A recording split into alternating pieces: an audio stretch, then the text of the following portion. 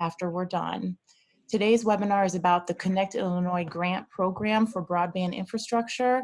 It's presented by Matt Schmidt, who is the Deputy Director for Broadband within the Illinois Department of Commerce and Economic Opportunity. Matt administers the state's Office of Broadband and Connect Illinois Grant Program. Last year, Governor Pritzker and the Illinois General Assembly agreed to invest $420 million in this program, and it's now the country's largest competitive matching grant program. Connect Illinois seeks to extend this critical high-speed internet across homes, businesses, and communities. So Matt, we're really glad you're here. There's more information about Matt on the DCO website. He's going to be sharing some information with you regarding the program today. He's got extensive experience in public policy and various perspectives as a state legislator, as well as leading on issues with infrastructure and economic competitiveness. So we're really just glad you're here today to give us information about this program, Matt. And without further hesitation, I'm just going to turn it over to you to start the presentation. Thank you. Well, thank you very much, Nancy, and thank you to the University of Illinois Extension Services and others who have contributed to making this happen today. This is the first in a series of webinars that we'd like to offer to potential applicants, broadband providers, communities, other affected stakeholders around the state who are interested in taking advantage of this truly historic investment in broadband. And so I won't give you too much detail about my background or my bio, but I'm not a native Illinoisan. I come to you from Minnesota. This has been the mildest winter of my life, and I've appreciated that. And also, I have to tell you, this investment caught my attention, and I think that we really have an opportunity to demonstrate what states can do with significant investment in broadband matched with smart policy. And so our hope is to craft a model approach to state-based broadband investment. Before I get started, I'd also like to thank members of the Broadband Advisory Council and the related broadband working groups that informed a lot of that work over the course of the fall. They were already hard at work when I joined this effort, and they made a considerable contribution to where we are today, both in terms of this Notice of Funding Opportunity, our Connect Illinois program, and also our state strategic plan. And so thanks again to the Broadband Advisory Council and the working groups that spend so much time. That effort will continue moving ahead. And so I'd like to make a disclaimer here quickly. We're going to provide webinars and other opportunities for offering as much information as possible to folks who are interested in our program. But everything I say here today or in sidebar conversations or phone calls or emails, it's all superseded by our NOFO and related content that's posted online, as well as a frequently asked question FAQ document that we'll be updating regularly and posting to our Connect Illinois website. And so I want to emphasize that this webinar is a means of better understanding the program and our intent, but answers to specific questions should be referred to our NOFO related documentation that was posted alongside it, and also our FAQ document online. And so just to be clear with that. That being said, we have a couple additional webinars coming up here, just to mark your calendars: Friday the 21st, Friday the 28th, and March 13th, all at 2 p.m. We'll conduct those as need be, and we'll try to respond to input that we receive from participants and other stakeholders in terms of offering the content that's most useful to folks. And of course, as Nancy had mentioned, the webinar series will have a life of its own online at our Connect Illinois website. And so folks will have a chance to reference it there, otherwise through Illinois Extension Services. So that said, I think it's time to hop into this. This program is referred to the Connect Illinois Broadband Grant Program. It results from $420 million that were made available during the last legislative session. Before I get into the specifics of where those $420 million will go, I want to start out by pointing you to our Connect Illinois website. And this is a work in progress, folks, but it's come a long ways in the last several weeks. And this is the conduit that we'd like to share information to you and other related stakeholders, potential applicants, communities, providers. It's going to probably undergo a significant refurbishment in the next couple of months, but we'll do our best to make this as relatively user-friendly as possible.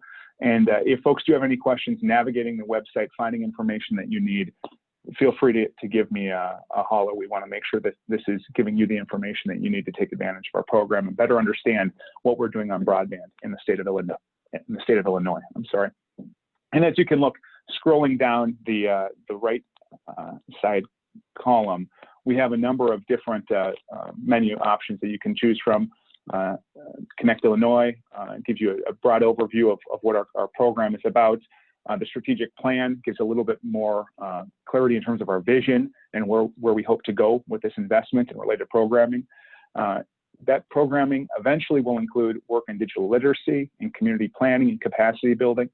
We also will reference the existing 2,000+ mile Illinois Century network is an incredible asset that will be useful both for our grant program, but also for other stakeholders around Illinois who are interested in broadband service, particularly when it comes to educational utilization. And the next major menu items here, the broadband grants. This is the heading that we will populate with as much useful information as possible regarding our grant program. We have a wireline service map that I will be sharing with you in a moment.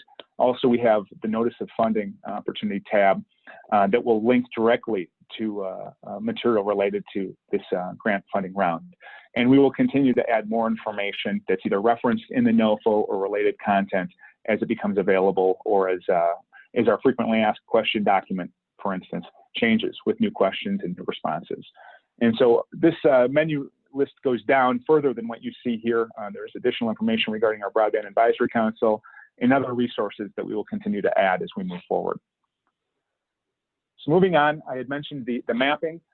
Folks who know broadband know that there is no perfect map out there, and that's certainly the case here. But this is the best map that we have available for this first round of funding. It's based upon FCC Form 477 data that in itself overstates service pretty considerably. But we appreciate having this map. It's better than nothing, and it's a good starting point for our conversations around where broadband is and where it isn't, and where we'd like to make investments through this funding grant round. I should mention that we have some state-specific mapping that will be hopefully available for our second and future funding rounds down the road. But we will be using this map. It's fully interactive, and you can zoom in, enter addresses, get a better understanding of the general lay of the land in your area and around the state. We'll be using this throughout the course of the first round of funding and related work that goes with that. And so I won't spend too much time on this map, but you can see areas in green that are considered unserved, less than 25/3 service, areas that we consider to be underserved, between 25/3 and 100/20. And then we have areas in the darkest shade of blue that we consider to be at or above 100/20 service. And so our grant program will be focusing efforts predominantly on unserved and underserved areas throughout the state. And again, this map links directly to our Connect Illinois website. So just bringing you back to the main website here, if you were to scroll down, again, one tab beyond the wireline service map option on the right, you'll see an option for the Notice of Funding. And if you click on that, that takes us to a variety of materials that are available for applicants and related stakeholders interested in learning more about this program. First of all, at the top here, and this is there's more information available directly through this link. This is just an abbreviated version thereof, but we have a direct link to the Grant Accountability and Transparency Act, the GATA link. If folks want to take advantage of this program, you've got to get GATA pre-qualified. So check that link out if you haven't already.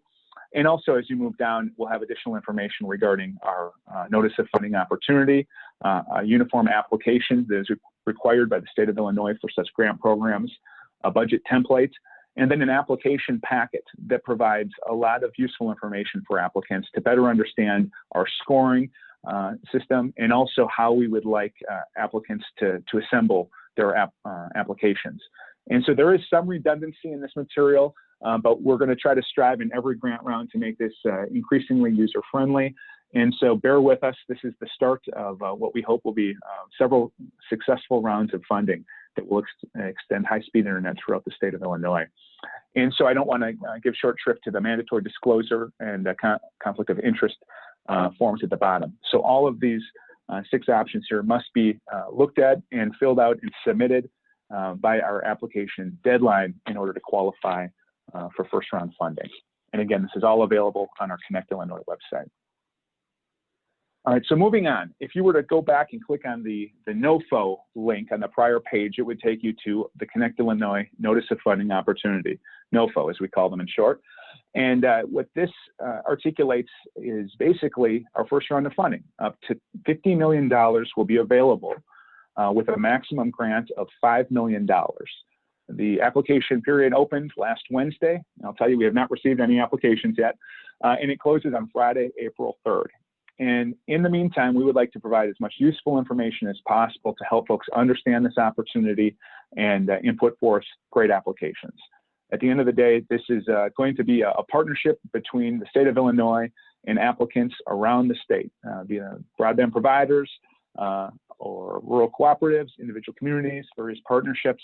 This is the partnership that we're forging, and we want to make this as meaningful and user-friendly as possible. And so we welcome feedback every step of the way. And so we've just run through a checklist on this main page. Understanding the high-level attributes of the grant program is essential. Just as essential as getting GATA pre-qualified. I had mentioned in a prior slide, GATA is the Grant Accountability and Transparency Act. There's a link that takes you right there. Applicants must be pre-qualified before applying. And then we have a tick list here of application attributes.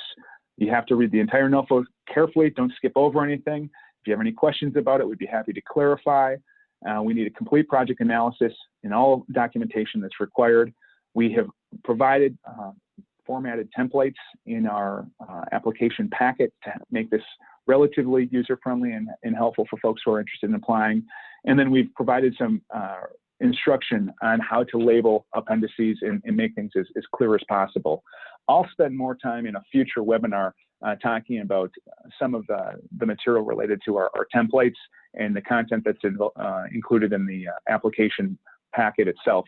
Today, we're going to focus on this document, the Notice of Funding Opportunity itself. And so we have a couple additional items on the tick list. In order to submit a grant application, again, it must be complete and it must arrive by the deadline. Any applications received after the deadline will not be accepted. Applications can be submitted in one of two ways, either an electronic PDF copy submitted to broadband@illinois.gov. This is our one-stop shop email address for all things related to broadband for the state of Illinois, and particularly this grant program. So broadband@illinois.gov is our preferred email address for any inquiries or grant submissions. Otherwise, folks can submit 5 paper copies, must be delivered by hand or courier service, and postmarked no later than the application deadline. And so we will use the broadband@illinois.gov to confirm receipt of application materials and any questions related to the program or the application. And we also have a phone number folks can call, 217-782-5968, if there are any questions regarding the grant program itself. And again, I want to refer folks to our Connect Illinois website. It's kind of a mouthful here, so I tell folks basically to Google Connect Illinois, it'll take you right there. But the actual web address is listed at the bottom of this page. And again, we'll be updating this site throughout the course of the process to give folks as much real-time information as possible. All right, so moving forward, I kind of hinted at this earlier, but there was a significant investment in infrastructure last legislative session, and $420 million of which is devoted to broadband. And we're absolutely thrilled. We think we're positioned to make tremendous progress in broadband deployment around the state.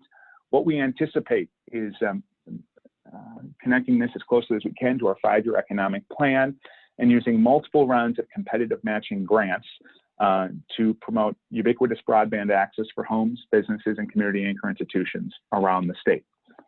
But that may be the driving goal of our program. We don't want to lose sight of opportunities in economic development, particularly with applications in education, precision agriculture, or telehealth. We'll also be doing some related programming in digital literacy and hopefully community capacity building and planning to help potential applicants better understand the opportunities in front of them. So again, $400 million is available for our competitive matching grant program. 20 million of that of the original 420 is going to our Illinois Sensoring Network. And so out of 420 million, 400 is available for our competitive matching grant program. through the Illinois Broadband Grant Program. Up to $50 million is available in this first round of funding. And priority consideration, we hope, will be given to projects that leverage non-state funding, whether it's from private, federal, local sources, and totaling at least 50% or more of eligible total project costs. And so that's where the matching attribute of our competitive matching grant program comes from. We want to turn every state dollar into at least one non-state dollar of broadband investment. And so applicants can apply for up to $5 million per project with a $5 million non-state match. That would be a $10 million plus investment. But at the same time, applicants are encouraged to submit multiple proposals in different parts of the state. We want to make sure that if you've got a good idea out there and would like to improve broadband connectivity in one part of the state or another, you've got an opportunity for submitting your proposal and being under consideration. Regardless, all awarded grant work must be completed by June 30th, 2023. We hope it's much sooner than that, but that's the 3-year window that we will apply.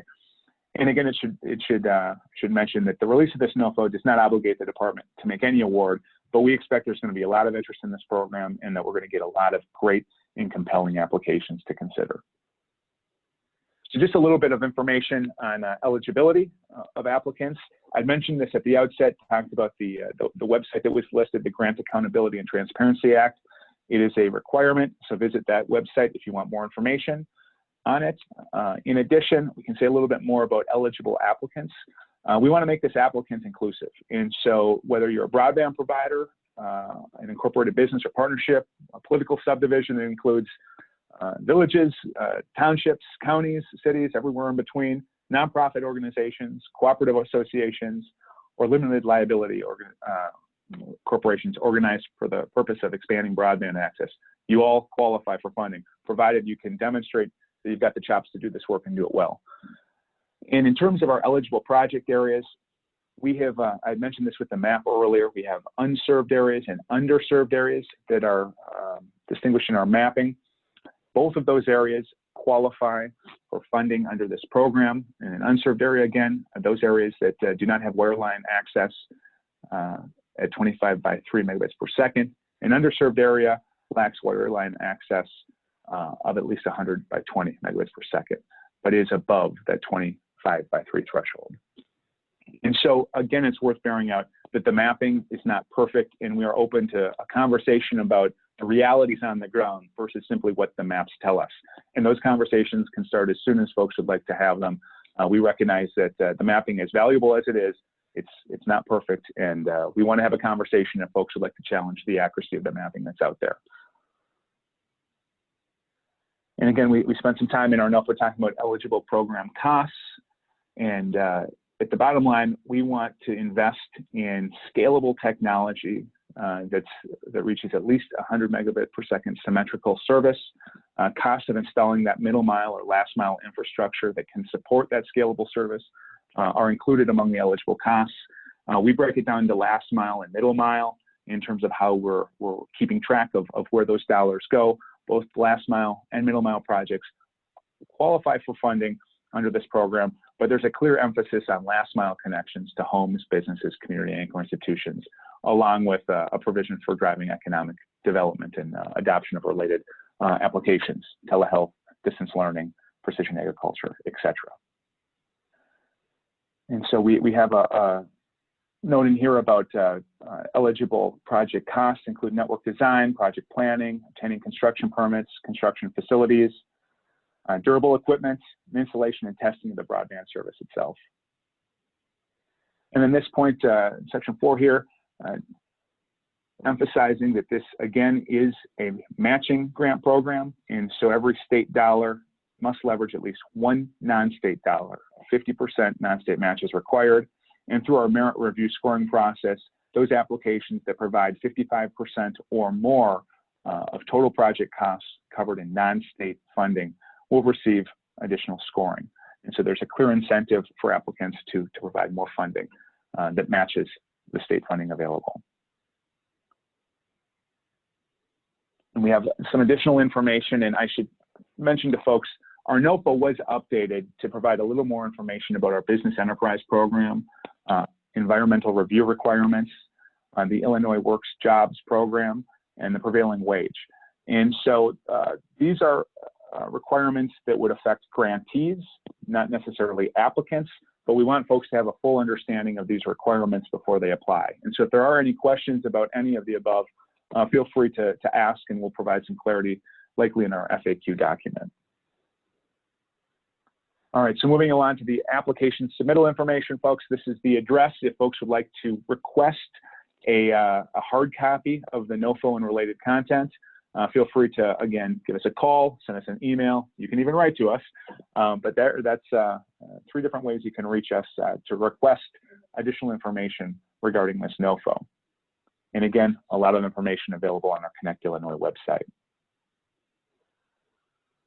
And it's worth repeating, applicants can submit their applications one of 2 ways, either 5 paper copies mailed to our office or hand delivered to our office, or 1 electronic PDF must received by 5 p.m. on Friday, April 3rd, 2020. We have some additional clarifying information in our NOFO regarding what's expected. And so speaking of what's expected, we'll get into more detail in a subsequent webinar regarding the application itself and the application packet that was assembled to help applicants put together their applications. But basically, this page here highlights what we're looking for. And to the extent we can, we've tried to eliminate redundancy, but in this first round of funding, there's going to be a little bit of redundancy just to make sure that we are administering the grants as efficiently as possible on our end, and we've got the information where we need it. And so this page breaks down the kinds of information we need. A number of these pieces, the parts 1 through 7 refer to specific elements of our scoring. And so we'll get into that in a moment. Again, it's worth mentioning, applicants need to register one of 3 ways here, through sam.gov, a DUNS number. If you have any information on any of these approaches, please let us know, but you do need to be registered applicant. And here's where we highlight again the deadline for applications, 5 p.m. Friday, April 3rd, 2020. I'm not going to say it again, but there's 2 ways to submit your applications, and you see those those email addresses listed for submitting questions or your applications themselves. So now this gets into, I think, the heart of the NOFO, probably the most interesting part here, the grant selection criteria and scoring categories. And so this is something that we put a lot of thought into, and I expect throughout the course of our program, multiple rounds of funding, that we will evolve many aspects of our program, including the grant scoring and what we're looking for in applications. But this is how we're getting the conversation started, and this is going to be the approach that we take in our first round of funding. And so I should just mention that this first round of funding adheres very closely to the vision that's articulated in our Connect Illinois State Strategic Plan. And in order to invest in the best applications possible, we will assemble an evaluation team at the Illinois Office of Broadband. And that team's going to use the following criteria and score individual applications up to 200 points to assist in systematically scoring those applications and awarding grants. And so this is very much driven by a rigorous points scoring system. And we will stick to what we've put together and shared in this document, and also related scoring matrices and rubrics. And so we want to strike the right balance here between getting as much good information that's complete, comprehensive, and clear, but also trying to make this process doable and succinct. And so we appreciate applications that do provide as complete information as possible, but that information is shared in a succinct and readable way. And so that's something that we'll stress in every webinar, how best to share the information that's been asked of you. And we'll get into that down the road. The next paragraph here articulates our desire to achieve relative geographic balance throughout the state in awarding these grants. So as a result, we may award grants on a regional basis for the 10 designated state economic development regions of Illinois. This map is in the queue to be posted to our Connect Illinois website, and so you should see that up very soon. It doesn't mean we're going to have the same amount of grants awarded to every region of the state, but we would like to try to achieve some degree of geographic balance where we can. And so we have three categories that applicants are encouraged or asked to consider. The first is broadband access, that really drives at that overarching goal of ubiquitous access to homes, businesses, community anchor institutions around Illinois. The second category, broadband innovation. It's a way of getting at opportunities in economic development and related applications in precision ag, distance learning, telehealth, etc.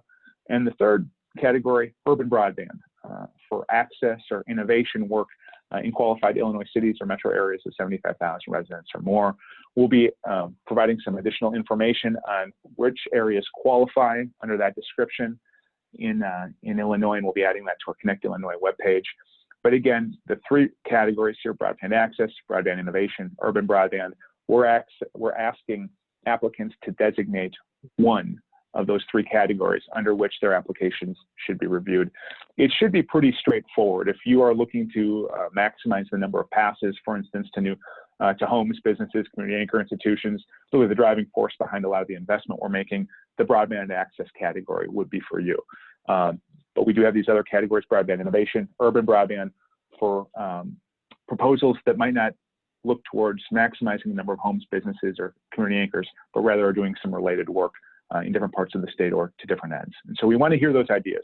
And I've stressed this throughout the course of our Broadband Advisory Council meetings and with folks over the course of the last several months. We want to use this first round of funding as a way to test the market to see what kind of ideas are out there, what folks are looking for in terms of broadband projects that are funded. And so we've created these three categories in order to field those proposals and award grants accordingly.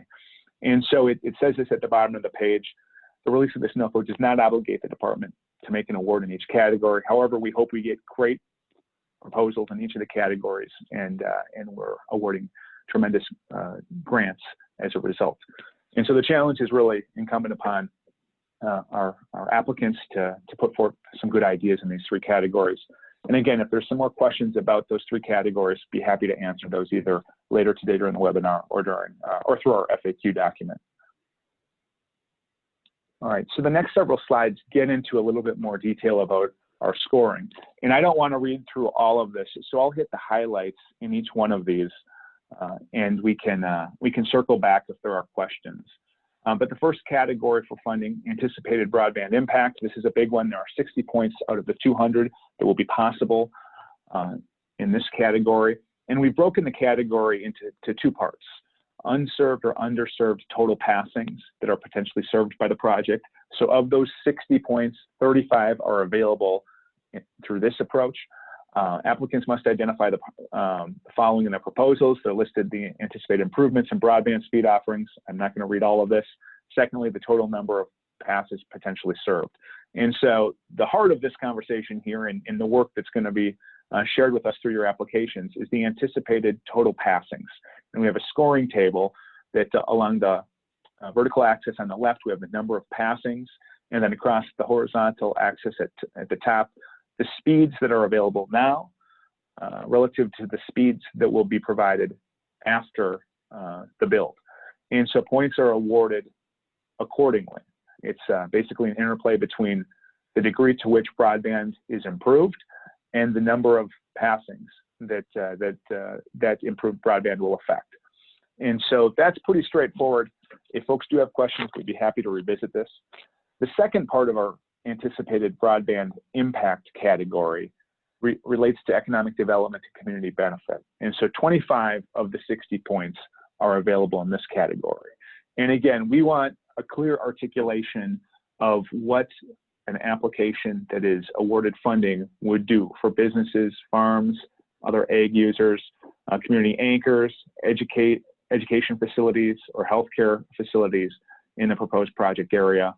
We encourage folks to solicit letters of support that help articulate that vision, but we don't want this to be a paper chase for applicants. And so don't feel as though the more letters of support necessarily tip the scales in your favor. We want good letters of support that really add value to your proposal and help tell the story of what you hope to change in a service territory. And so we move down here in this category in the application. We want a clear articulation of what you're doing for economic development particularly if it relates to the state's 5-year economic development plan. Broadband is mentioned, I think, about 19 times in that 5-year economic development plan. So there's clear linkages between broadband and agriculture, economic development, education, healthcare, etc. And so what we ask, I'm not going to read through all of these, is that through your application, you fully articulate the economic development community benefit that will result from your project. The second category here, non-state matching funds. Of course, this is a competitive matching grant fund, and so non-state matching funds is important. 20 points possible for matching funds that are leveraged. And so 50% non-state match is required. Anything over 55%, and on a sliding scale moving to higher degrees of non-state match, will be awarded points in our competitive scoring process. And so we would love to see non-state funds provided to the maximum level where we can. We can't turn our $400 million investment in broadband into $800 million or more, approaching $1 billion plus, if we don't maximize the non-state match. And so that's a really important aspect of this work, and we've created a separate category accordingly. Third, we're really serious about community participation. We've stressed this throughout the coming months here leading up to this. This is something that we've talked about in our working groups and our Broadband Advisory Council. The idea that we want applications and the investment and the deployment, the results, to reflect the community's vision for its technology and broadband futures. And so we may hear from communities themselves, or broadband providers, rural co-ops, partnerships, various applicants, various entities. But we want to make sure that wherever the application is coming from, that to the best of its ability, it reflects a community vision. And there's different ways of demonstrating this. One can be letters of support, others can be financial commitments. I don't know if anything speaks more loudly than a financial commitment in this case. And so we take that very seriously and award points accordingly. Moving into the category number 4 here, project readiness. This is a really important one. We want to make sure that applicants and potential grantees, that they can demonstrate a comprehensive knowledge of and detailed preparation for the proposed project, and that the applicant has provided evidence of being fully prepared to build, implement, and operate the project. And so there's different ways of getting at this, both through this NOFO and in particular through the application packet that's already posted online that we'll spend some time going through next week. You'll get a better understanding of what we're looking for in terms of demonstration of project readiness. But at the end of the day, we will only award projects to applicants that can prove that they've got the chops to do this work and do it well. And so we've put a lot of our points in these buckets: project readiness, and in the next, project sustainability. And in this regard, we want to make sure that applicants can demonstrate strong internal capacity to effectively support and sustain its broadband infrastructure proposal. And so that this is a project, if funded, that will make a big difference in the short term, but will also providing incredible benefit for our community and our state and our individual broadband users well into the future. And so we want a better understanding of your financials, your organizational support, and also a demonstration of your technical expertise. And again, the application packet that we'll review during our next webinar will provide a little bit more information on that. Of course, that packet is available right now online, though, if you'd like to look at that and get some more information in the meantime. Our 6th category, broadband adoption assistance. This is really important when you look at the overarching goals of Connect Illinois, particularly as they're articulated in our state strategic plan. The investment in the infrastructure and the access is only part of this effort. We want to make sure that Illinoisans throughout the state are positioned to fully take advantage of those connections. They're adopting, they're subscribing, they're utilizing broadband and a connection to the internet to maximum benefit.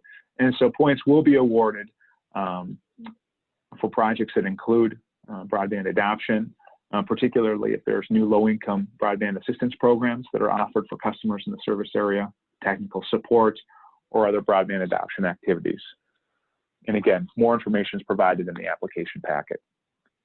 And the 7th and final scoring category here, open access and shared use. We believe there's tremendous benefit to competing over service, to focusing on last mile connections, and collaborating over middle mile and and shared use where we can. And so we know that doesn't work everywhere, but we want to provide incentive for those projects where we can, because we think that there's a great deal of benefit from collaborating over shared infrastructure. And so we'll provide more information on our Connect Illinois website regarding opportunities for leveraging existing public resources or pairing with public resources. We have several points that are included here. One thing that I think is worth articulating is the kind of application that might provide for multiple users and multiple technologies, whether it's wireline and wireless or cellular, benefiting from the same proposal and the same deployment. And so I would really challenge folks who are interested in maximizing these points and in charting kind of an innovative course in their proposal to look at how a project might benefit multiple technologies and multiple providers perhaps at one time. And so more can be said about that, but I think that that's something that I'd really love to see come out of this effort, that kind of innovation and collaboration. All right, so we'll spend a little bit of time here on the review and selection process. As we had mentioned, we do have an evaluation team that will be named by the Office of Broadband that will read and score every eligible application that we'll receive. And to be eligible or to be qualified, you've got to adhere to everything we're asking for. If you don't, or if the application comes in late, unfortunately, you're not going to be considered and scored. And so we will score each applicant, and they'll be ranked by relevant geographic region. We don't know if we'll be awarding grants by region, but we reserve that right to do so. And applicants may utilize the appeal process that is already stated in the merit review policy available at grants.illinois.gov. We also will be introducing a challenge process just to make sure that we have a good understanding of where existing providers will be deploying resources in the short term, and also to give ourselves an opportunity to fully understand the mapping if there are any discrepancies that go past the application deadline. And so more information will be available on that process through connectillinois.gov. And again, I just want the Connect Illinois website, I should say. And I just want to emphasize again, I've said this a lot throughout the course of the BAC meetings and the time in between, this is the start of a conversation. And so we want to get this right. We want to have open dialogue with all stakeholders who are affected and can benefit from this historic investment in broadband. And so there's never a time that's too early to start asking questions about how we can work together to do this right. And so we really, we stress that, we take it really seriously. This is the start of a conversation. Just because we posted an OFO and we're running through a webinar today doesn't mean the conversation's over. Rather, it's just starting. And so we see here the state award notices will be posted through a notice of state award, a NOSO, that will be available on our website. We'll also directly contact grantees at the time. Seems like a long ways away. Folks are just getting their hands on or their arms around the application process itself right now, but this is included in the NOFO, so I thought I'd mention it here today. And then we spend a little bit of time in the NOFO talking about grant award payments and indirect cost rates. This grant will not compensate for indirect costs, overhead, or administrative expenses associated with the program, so just bear in mind as you're planning. And then we do have some requirements regarding reporting, monitoring, and auditing. Again, this affects those applicants that have received funding. So you're in a good position if you're worried about performance reporting, monitoring, and auditing. But nonetheless, it's mentioned in our NOFO. We wanted to remind folks of that here today, just so you know the expectations that we're setting for grantees before the process begins. And then we return to a familiar page here. This takes us back to the beginning, our NOFO document. Again, it's worth bearing in mind we need complete applications. They must arrive by the deadline, which again is Friday, April 3rd at 5 p.m. Applications can be submitted in one of two ways: electronically at broadband@illinois.gov, or delivered or through U.S. mail or courier service or hand delivery to our offices in Springfield. 5 paper copies would be asked of folks. And then we do have the broadband@illinois.gov website. I've said it probably 10 times today. Let's use that as a means of staying in touch and providing some clarity and answering questions where we can. And again, we have that FAQ document that will be live, updated regularly, and will help folks keep track of additions that are made to it. So it's useful and relatively user-friendly. And that said, that brings us to, I guess, a preview of our next webinar. This is the Connect Illinois Broadband Grant Application Packet that's been referenced a few times here over the course of the last 45 minutes or so. This is version 2.0 already. We've made a couple of very small tweaks in there, but we want to let folks know when changes are made. If you have any questions on this, you can ask them today. You can ask them via broadband@illinois.gov. Otherwise, we plan on spending time during our next webinar going through the application packet. And so you can see the components thereof listed below. And with that said, that brings us to the mark in time here where we have some time for questions. And so we will open the floor. Thank you, Matt. We did get several questions during the whole of the presentation, so I'll come through these. Some of these might be on the FAQ list that you've got, and I did paste a link to that in the chat box as well. But nevertheless, I will go ahead and ask you some of these questions that might lead you to think to address something similar to the group as a whole. We had one question, that first question, if we are already GATA pre-qualified, G-A-T-A pre-qualified from other grant applications, is that on file and not needed here? The short answer is yes, but if you want confirmation of that, send us an email and we will double check on our end too, because I want to make sure if folks are putting time into submitting an application that there is not a technicality that disqualifies you. And so the short answer is yes, but send us a line and we'll double check on our end too to make sure. And this next question says that it appears that hospitals are encouraged to partner with an eligible applicant to submit a grant application. Does this mean that hospitals and health networks are not eligible to submit as the lead applicant? No, that's a good question. And I think in this case, it's conceivable that you could have a community anchor institution, for instance, be the lead applicant. I think it really gets to a question of the fiscal agent, who's administering the grant. You need a partner in such a dynamic that is capable of doing the work. And so it's really important that a provider, in most cases, is part of that partnership. And so the short answer is yes, but you have to be very mindful of what your partnership looks like. But we recognize that not all providers, for instance, might have the capacity or interest in administering a grant and serving as a fiscal agent. And so we want to give some flexibility in terms of who that lead applicant is. And so we'll spend a little bit of time clarifying that in our FAQ document. And if there are any additional questions to that end, feel free to let us know. Thank you. The next participant question is, in my review of the grant, it appears that there are no grant funds available directly to higher education. Thus, higher education institutions have no need to apply. Is my understanding correct? You know, it really depends on what that application looks like. We have, for instance, the Illinois Sensory Network that connects a lot of our education institutions around the state. But we also recognize there's a tremendous amount of innovation taking place on our higher education campuses that goes beyond basic connectivity. And so I want to say, think about what your application might look like, how it might fit into either the broadband access, the broadband innovation, or the urban broadband bucket. And we can provide some more information on each one of those categories in time. But the short answer is, yes, you can qualify. It just depends on what you're proposing.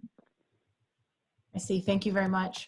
The next question was, must there be a 50-50 match even in high poverty, underserved areas? The short answer is yes. In my experience with state matching grant programs, we tend to get the best non-state match early on in the process. And so we're going to stick to our guns on the 50% non-state match. That doesn't mean that future rounds of funding won't take different approaches. But I don't expect us to stray too far from the 50% match. And so if an applicant is thinking about whether or not to apply for this round of funding or waiting out for a relaxation of that standard down the road, I would really encourage that potential applicant to put forward a proposal now. I think if we were to relax the standards on that 50% non-state match requirement, it would be in very specific circumstances. Okay. There is another question here, and this might be part of on the FAQ, but do you know of entities that do some of the matching work with some of those lead applicants, such as low income or high poverty underserved areas, applicants from those areas? Like, do you have recommendations, and would there be potential donors that maybe that pool of potential donors would be more extensive? And do you have any recommendations for that? The short answer to this question is yes. One of the things that we'd like to do through our Connect Illinois website is serve as a connector for different stakeholders and partners in the application process. And so we have a tab that is not yet added to our Connect Illinois website that seeks to make those connections and those linkages. It doesn't mean that you're going to find the funding partner that you may want or need, but we'll try to provide additional resources and offer direction for different stakeholders that are looking for partners to put forward good applications. And so stay tuned. I hope, hopefully by the next webinar, we're able to point to something specific that's already posted. We know that this is a big part of this conversation, is how you find those partners and make those connections. That's great. So perhaps there will be an intake process for funding partners who decide they're interested in matching those DCO funds. Yeah, as a preview, again, I've said this a lot today, but that broadband@illinois.gov, send us an email if you are interested in being a partner to a project, but you just don't necessarily know the area, or you don't necessarily know what other partners might be out there. Send us an email, describe your situation, and we'll be trying to offer assistance wherever we can. We have a template and a more standard procedure that we've put together, just not on the website yet. But if folks have any questions about this, let's not waste a minute. Send us an email and we'll try to get that conversation started. Perfect. We have another question about how do we challenge the map regarding an area that is marked as 100 megabytes per second? I think that the short answer is contact us, and we can start looking at maps, and there's different means of challenging the mapping as it exists. And so that's a conversation that does not have to wait until the application deadline has come upon us. Rather, it's really helpful to start those conversations now.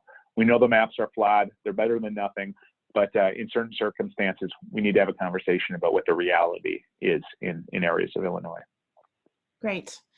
Are the grants only for broadband contractors? Research related to broadband and impacts is desirable? If I understand the question right, we are investing in broadband here, and so a lot of this is going to be, it has to be infrastructure. It's out of our capital bill. But there are applications that can benefit from that investment, and we've mentioned it today in telehealth, distance learning, precision agriculture. We see a lot of interest in smart cities around the state. That's something that we'd like to hear more from potential applicants if they're interested in that. Certainly economic development has a lot of examples. And so if there's a specific follow-up question to that, and I'm sorry if I didn't do the question justice here, I'd be happy to provide a more detailed response. But this is an infrastructure program, and so we've got to keep that in mind as you're looking at a proposal. This is coming from our capital bill. We've got to be deploying broadband infrastructure.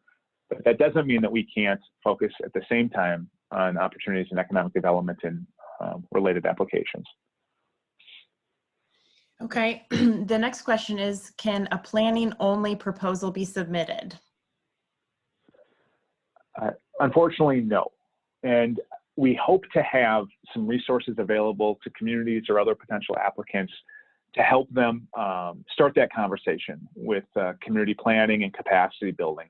And so I would say if that's the stage you're at in this conversation, stay tuned. We hope to have another resource available to you soon.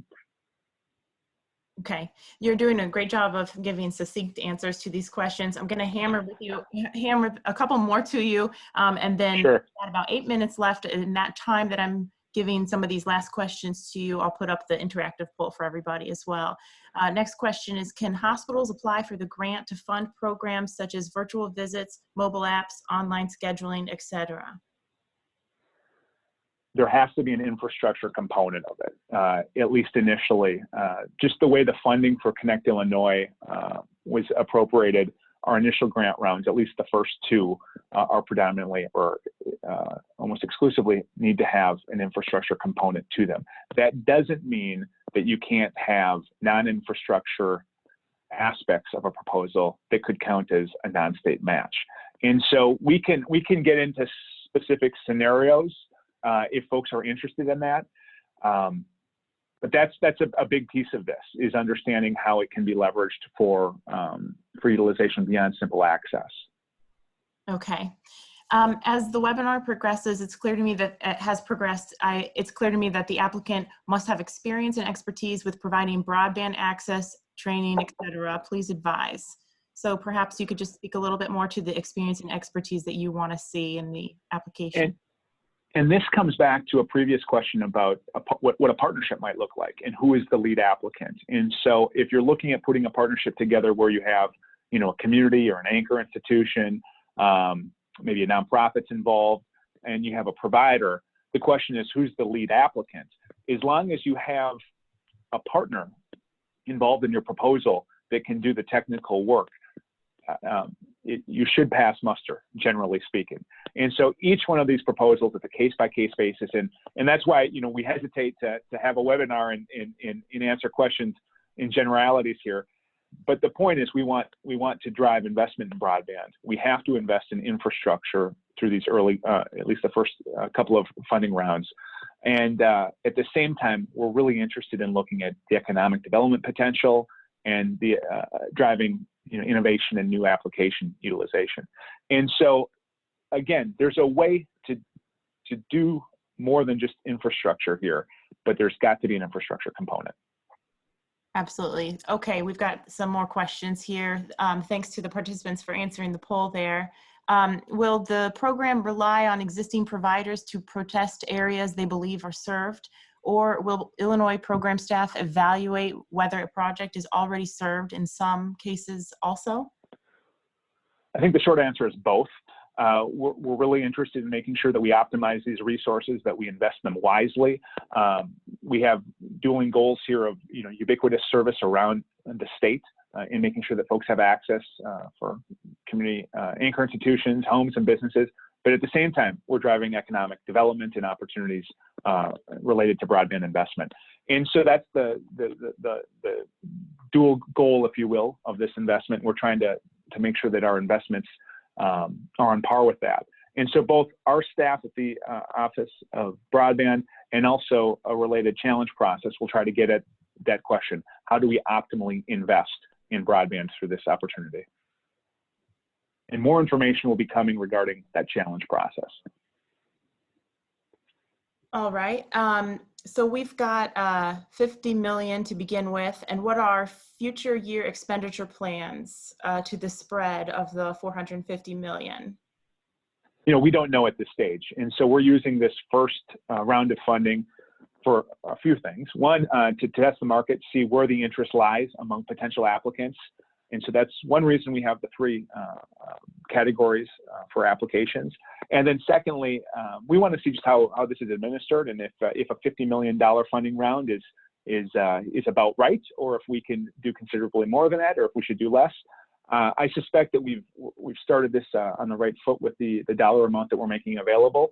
I hope we're flooded with great applications and that we're pushed to increase that funding round in the future. I should say the funds available in the next funding round. And that's why I say, Nancy, I come back to this over and over again. This is, again, the start of a conversation, and we want to read the market. We want to see where the interest is. We want constructive feedback from folks. And we look at evolving this program over time. And I would be surprised if any two funding rounds are identically the same. I think we'll try to learn lessons and perfect this approach over time. Yeah, and I think that's really interesting that, you're not, what I gather from your responses is you're not really trying to discourage any of the other sort of offshoot proposals that might branch or relate to infrastructure and access, which is also sort of a goal of your broader approach, which I think is really great. And so there's quite a few questions left. I want to let everybody know that Matt is going to get a log of these questions. If they're anything like, if it's anything like the webinar today with the flood of questions, maybe you'll get a flood of applications, and I hope you do. But he's going to try to incorporate answers to these questions onto the frequently asked questions page. We'll include a link to that also in the follow-up email with the slides and a link to this recording. There might be room for one more question that I could try to handpick from here, but we've got a question here about maybe the length of or the extent of detail that you want the design deliverables to have within the application, such as maps, mapping out material units and things like that. Did you want to speak to that? That's a very good question, but I think it's best answered in our FAQ document. And so we'll get folks specificity as quickly as we can there, and perhaps even an example that folks could look to. Okay, well, what we can do is we'll send back out notice that these questions have been addressed, and really great participation from everybody. And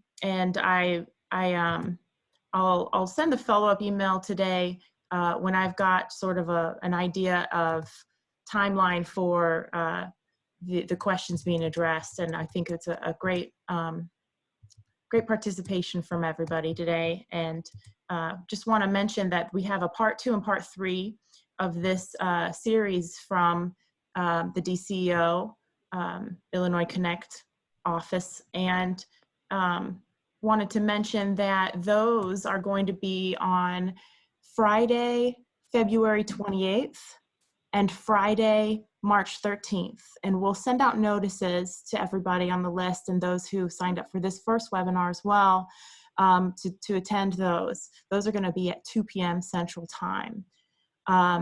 We hope you can join us also next Thursday. We're having a webinar about the financial sustainability of local government. We're going to be welcoming Dr.